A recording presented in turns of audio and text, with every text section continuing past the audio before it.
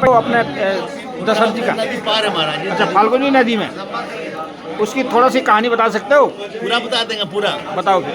त्रेता में आप लोड कर रही है। हाँ। त्रेता में भगवान राम और सीता और लक्ष्मण जब वनवास में थे, जी तब यहाँ पे अत्रि मुनि की आश्रम है मगध देश में। जी। अत्रि मुनि की आश्रम है। जी। अत्रि मुनि के आश्रम में जब उन लोग आए ठहरे हुए थे, जी उसी के पास में ही गया जी है। जी उनको इच्छा हुआ कि मैं अपने पिताजी का पिंडदान कर दूं।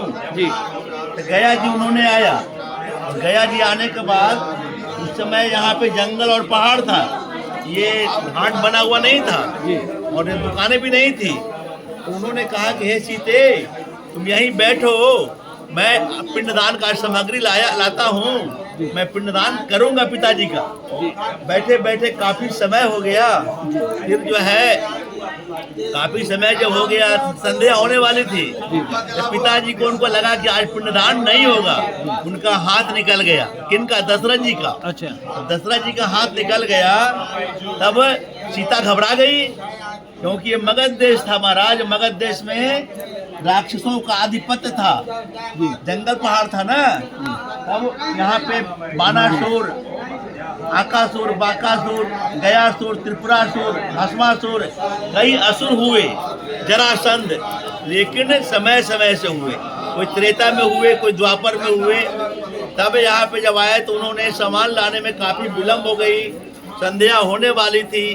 दशरथ जी को लगा ना कि अब पूजा आज नहीं होगी, क्योंकि जब तक सूर्य रहती है तभी तक पूजा होता है, अन्यथा श्राद्ध बंद हो जाता है।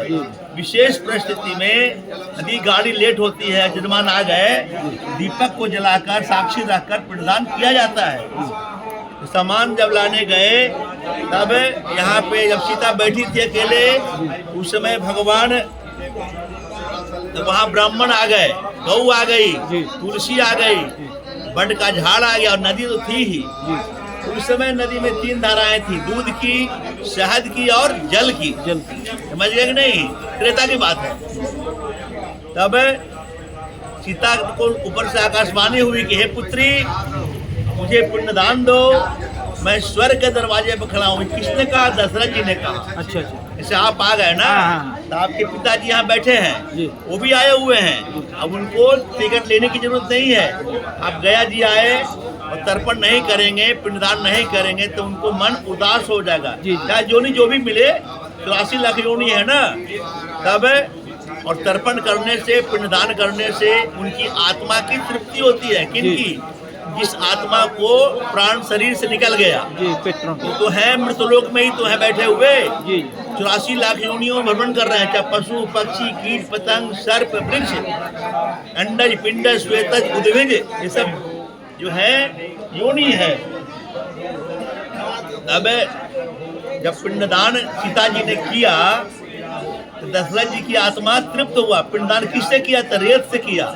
उन्होंने 3 ही रेत दिया, और 3 रेत देने के बाद दशरथ जी की आत्मा अति प्रसन्न हो गई। उन्होंने कहा अखंड सौभाग्यवती भवः। इनको आशीर्वाद दिया, पुत्र वधू को। सीता जी जब दशरथ जी स्वर्ग जा रहे थे इसी समय, तब उसी वक्त भगवान रामचंद्र जी सामान लेकर आए, तिल, जौ, चावल, चंदन, जो होती पूजा की, आटा। उन्होंने कहा सीता मैया ने कि आपके पिताजी का हाथ निकला, ऊपर से आकाशवाणी हुई और मैंने पिंडदान दिया। उसने कहा किसी ने देखा है? कहा जब हाथ धोलो, हैंड पे। चलो सुन रहा है। तब सीता जी ने कहा हमारे ये 5 विटनेस है, 5 गवाह है, नदी, गऊ, ब्राह्मण, तुलसी और बड का झाड़। आप इंटर में यदि पढ़े होंगे तो शेक्सपियर का पुस्तक लिखा हुआ है सी स्टोक टू कंकर, उसमें इसका वर्णन है, the curse of Sita, Sita का अभिशाप। और फिर गरुड़ पुराण में है, वायु पुराण में है, शिव पुराण में है। तब उन्होंने कहा कि ये नदी, गौ, ये सब से पूछ लो। किसने कहा? सीता जी ने कहा, रामचंद्र जी से। लेकिन नदी का जल चढ़ा नहीं, गौ को खाने के लिए मिला नहीं। पिंड के 2 गति होते हैं, या तो जल में डाल दीजिए या गौ को दे दीजिए। पिंडस्थ द्विगति, और न तुलसी चढ़ाया गया, न ब्राह्मणों को रोकड़ा मिला। जग और दक्षिणा स्त्री और पुरुष है। जिस प्रकार से स्त्री और पुरुष के मिलन से संतान की वृद्धि होती है, वंश की उत्पत्ति होती है, उसी प्रकार जग और दक्षिणा है। बगैर दक्षिणा का जग सफल नहीं होता, शास्त्र कहता है।